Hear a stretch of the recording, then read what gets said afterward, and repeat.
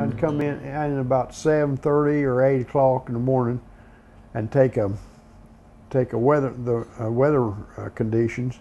We had a hydrometer and had other instruments that would tell us what the humidity and the wind direction and the speed, and we combined them all together to calculate a fire danger.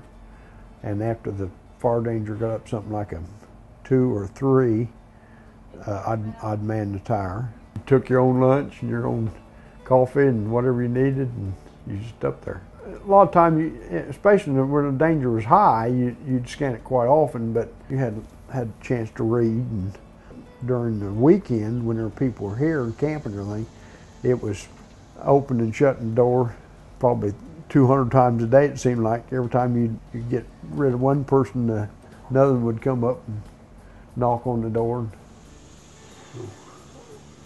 Boy, brings back a lot of memories. Well, the Alidade table sat right here. The range firefighter is about this big a square. So it was kind of tight. About the only place you had to walk around here, and we had a chair, a stool-like thing set right there, and your radio. I think the radio was in the desk here. Your Alidade set here, and right here was where the cross shot thing come down. Alidade had a sight on it, and you set that sight on it on the fire, and it had an azimuth reading around the outside edge of it, and you take that down that azimuth reading, and you call another tower that was close to you, like it was over in Brown County. You'd call them and ask them see if they seen the smoke, and if they did, you'd ask them for an azimuth reading.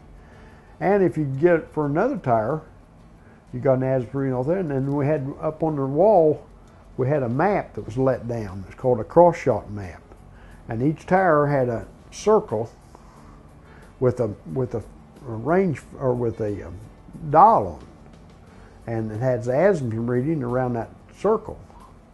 And so you set that dial on that azimuth reading, and wherever they crossed, pretty well told you. And then it was on a map, you know, and that pretty well told you where the location of the fire was. 1964 season, it lasted about. I was up in the tower for about 6 weeks every day. In fact, I remember it raining, and I'd call him T11 and tell him, do you see what I see on the windows? And he said, yeah. I said, that's looks like teardrops from heaven. The trees, if you see this, there's several pictures of it. Again, you start in the 1930s and there's hardly anything.